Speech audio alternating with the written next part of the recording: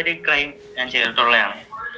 ഞാൻ കഴിഞ്ഞ വർഷമല്ല, ഡിസംബറിൽ കഴിഞ്ഞ വർഷം ഡിസംബർ ഞാൻ കുറെ നാൾക്ക് ശേഷം ഈ കോട്ടയത്തോട്ട് പോയി അവിടുത്തെ കൂട്ടുകാരെയൊക്കെ കണ്ട് ഞങ്ങള് ഫുഡ് കഴിയാണ്ട് ഷാപ്പിൽ പോയി. അപ്പൊ അവിടുന്ന് ഞാൻ കള്ളു കുടിച്ചു.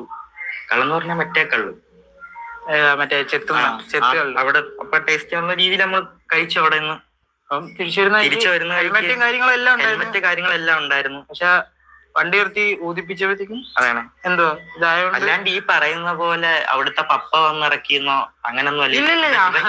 അത് ഞങ്ങളന്ന് രാത്രി കറക്റ്റ് കാര്യം പറഞ്ഞില്ലേ? കറക്റ്റ് കാര്യം പറയണെന്ന് വെച്ചാൽ ഞങ്ങളെ രാത്രി 1 മണി, ഒരു മണിയല്ല 12:30 എന്തോ അടുപ്പിച്ചായപ്പോഴത്തേക്കും ഞങ്ങളെ സ്റ്റേഷനിലോട്ടുണ്ട്, നമ്മുടെ വീട്ടിന്റെ അടുത്ത്. ഞാൻ കോട്ടയത്തിന്റെ അവിടെ ഞാൻ വണ്ടി ഒട്ടിച്ച് ഇവനെ കൂടെ കൊണ്ട് പകുതിയായപ്പോ എനിക്ക് അവിടുത്തെ വഴി അറിയത്തുള്ളൂ കറക്റ്റ് ആയിട്ടുള്ള. അപ്പം ഇവൻ കുടിച്ചിട്ടില്ലായിരുന്നു അങ്ങനെ. ഞാൻ വണ്ടി എടുത്ത് വീടിന്റെ അടുത്തെത്താറായപ്പോഴത്തേക്കും അതായത് 2 ചെക്കിംഗ് ഉള്ള രീതിയിലായിരുന്നു. ഞാൻ അവിടെ വണ്ടി നിർത്തി ചോദിച്ചു. അപ്പൊ ഞാൻ പറഞ്ഞു ഇങ്ങനെ ഇതുണ്ട്. അപ്പം എന്റെ അടുത്ത് പറഞ്ഞ വണ്ടി കയറി. ഇവൻ കുടിച്ചിട്ടില്ലായിരുന്നു. എന്റെ അടുത്ത് പറഞ്ഞ വണ്ടി ജീപ്പിന്റെ പുറകെ വരാൻ പറഞ്ഞു. സ്റ്റേഷനിൽ ചെന്ന് ഒരു 2 മണിക്കൂറോളം 2-2.5 മണിക്കൂറോളം നിന്ന് ഞങ്ങൾ ഒരു പേപ്പറിന് മാത്രം എന്തോ സീനുണ്ടായിരുന്നു, അതുകൊണ്ട് മാത്രം അത്ര നേരം നിന്നത്. പിന്നെ അത് കഴിഞ്ഞിട്ട് അതിന്റെ ഉള്ള പെറ്റി വന്നു. ഞാനത് കോടതി അടച്ച്, ചങ്ങനാശ്ശേരി പോയി കോടതിയിൽ പോയി 1000 രൂപ അടച്ച് ഞങ്ങള് അതല്ല അന്ന് രാത്രി മതിയൊന്നും ഇല്ല. എനിക്കതിപ്പം ആ കാര്യം പറഞ്ഞോണ്ടാണ് ഇപ്പൊ ഞാൻ പേടിച്ച് വെക്കുന്നത്. അങ്ങനെ അന്ന് പിന്നെ ആരും വന്നതുമില്ല. ആരും വന്നിട്ടില്ല. ഞങ്ങള് തിരിച്ച് 2-3 കിലോമീറ്റർ ഞങ്ങള് നടന്നാണ് വീട്ടിൽ പോയത്. ആദ്യം ഒരു ഓട്ടോക്കാരൻ വന്ന്, ഓട്ടോക്കാരൻ നമ്മളെ പകുതിക്ക് കൊണ്ടിറക്കി. അതും വേറെ റൂട്ട്. ഞങ്ങൾ പിന്നെ ഗൂഗിൾ മാപ്പ് ഒക്കെ ഇട്ട് രാത്രി ഏതാണ്ട് 2:30-3 മണി വെളുപ്പിന് എന്തായപ്പോഴും എന്റെ വീടെത്തുന്ന നടന്ന് കാണുന്നോ. അയ്യോ കാണുന്നത് ഇരുട്ടത്ത് കാണുന്നത്. ഞങ്ങള് വീട്ടിൽ ചെന്ന തെറ്റാണ്.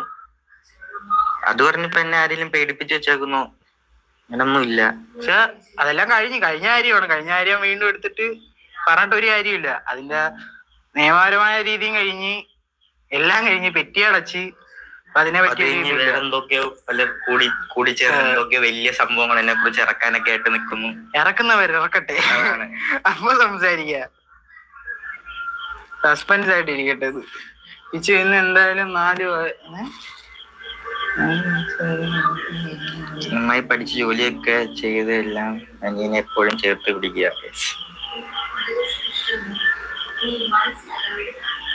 നന്നായി പഠിക്കണം.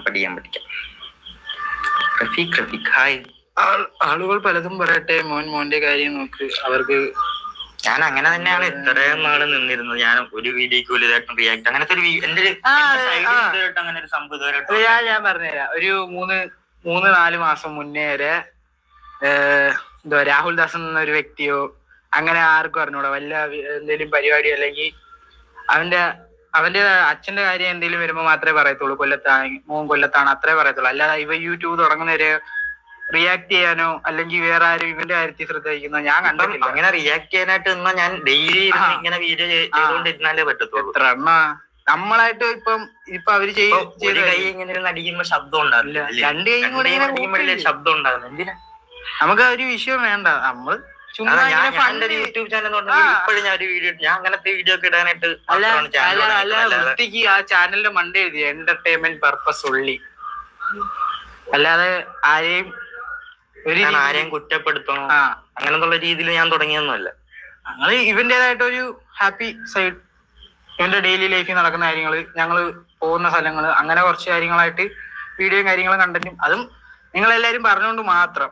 നിങ്ങളെല്ലാരും പറഞ്ഞ യൂട്യൂബ് ചാനൽ ഇൻസ്റ്റയിലാണേലും ഇപ്പം അത് തന്നെ ഇങ്ങനെ മെസ്സേജ് വന്നുകൊണ്ടിരിക്കുന്നു.